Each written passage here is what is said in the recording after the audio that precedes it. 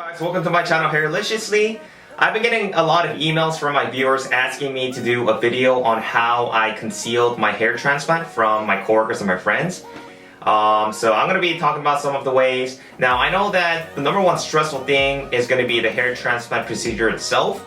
And right after your hair transplant procedure, the second most stressful thing is going to be on, finding ways on how to conceal and hide your hair transplant results from your friends, your coworkers, and from the public. If you're one of those people that don't mind sharing your hair transplant results, more power to you, but I feel like the majority of the people don't want to let other people know that they actually had this procedure done. So stay tuned, and I will be discussing 4 things that you guys can do to minimize and conceal the results of your hair transplant. Alright, number 1, take some time off. So I would advise anybody who's recently had a hair transplant to take at least 2 to 3 weeks off. And that's because, during the first 2 weeks, you don't want to do anything too strenuous and anything that can cause the implanted hairs to fall out. There's a study done by one of the hair transplant doctors who showed that it takes about 2 weeks for the implanted grafts to be fully secured. And also, taking time off is also going to help your donor area and also the recipient area to heal really nicely. And it's also going to help the scabs to fall off. The first couple days are probably going to be the most difficult because you're going to have a hard time sleeping. Because all of the wounds in the back of the donor area is going to be open, and then you're going to have a lot of pressure built up on your forehead, and so you really want to be very careful. So taking that time off is really going to help you to alleviate all of the pressure and all of that stress that you've had from a hair transplant. And also 2 weeks is going to be enough time for most of the scabs to fall off, especially in the donor area. The donor area has a lot of blood supply in the back of the scalp, so as you guys can see in this photo, that's actually 2 weeks post-op, and you guys can barely see any of the scabs. So take some time off, let everything settle in, and give your scalp some time to heal. Alright, number 2, wear a hat or a beanie.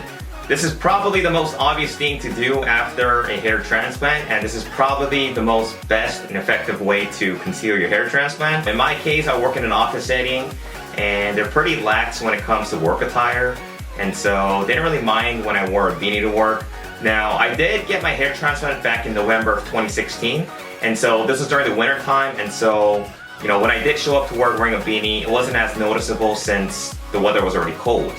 Now, as I mentioned earlier, the donor area is going to do a really good job of actually healing itself because of the immense blood supply in the back of the scalp. Now, the frontal portion where I got the hairs implanted, it's going to take some time to heal because the redness is going to linger around for about 2 to 3 months.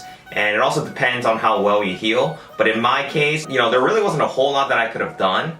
And so if you do work in an environment where they're pretty okay with you wearing hats or beanies, by all means, go for that. What I also did was, in case, my supervisor said that I couldn't wear a beanie or a hat, I got a doctor's note ahead of time so that I can present it to my supervisor stating that I had to wear something due to a medical necessity. So that's one of the options that you guys can do, and in my case, I think it worked the best. Number 3, grow out your hair a few months before you guys get a hair transplant.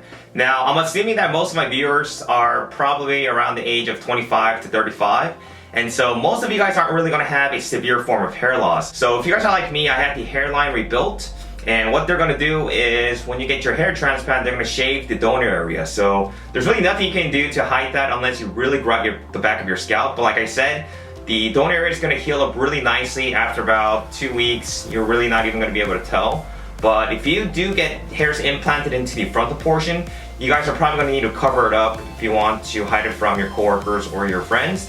And so if you guys grow it about 3 to 4 or 5 inches, you guys can cover the redness. And that's probably another option that you guys can do to conceal it. Now, if you guys also have to get your temporal angles, like I did, rebuilt, you probably have to grow out your hair a little bit longer so that it's going to have enough length to cover it up. But I think for the most of you, you probably aren't going to rebuild your temporal angles and just the hairline. So growing out your frontal hair is going to be able to give you that coverage to sort of blend in and cover the redness from your hair transplants. And finally, number 4, you guys can use a concealer to cover up the redness after your hair transplant.